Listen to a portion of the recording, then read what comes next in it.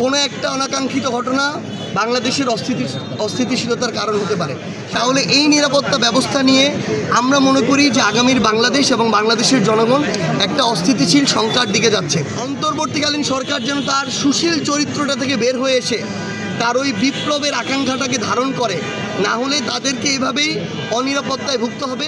বাংলাদেশের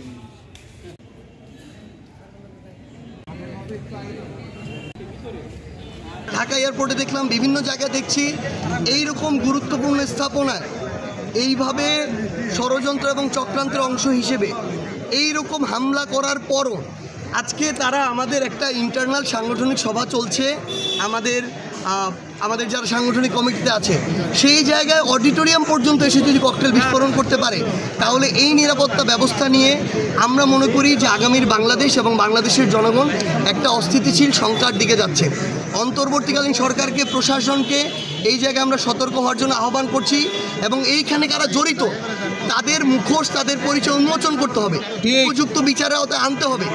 এখানে তো অনাকাঙ্ক্ষিতভাবে মানে যেরকম একটা এয়ারপোর্টে যেরকম বিশাল একটা ক্ষয়ক্ষতি হয়েছে, এখানে হয়তো ততটা হয় না, কিন্তু যেটা হয়ে গিয়েছে এটা হওয়ার পরেও যদি ব্যবস্থা না নেওয়া হয় তাহলে এটা আরও দিন দিন বাড়বে।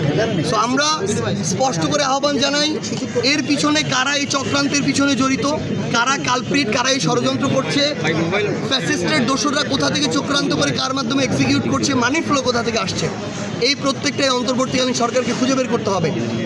অন্তর্বর্তীকালীন সরকার যেন তার সুশীল চরিত্রটা থেকে বের হয়ে এসে তার ওই বিপ্লবের আকাঙ্ক্ষাটাকে ধারণ করে, না হলে তাদেরকে এভাবেই অনিরাপত্তায় ভুগতে হবে, বাংলাদেশের মানুষ ভুগবে।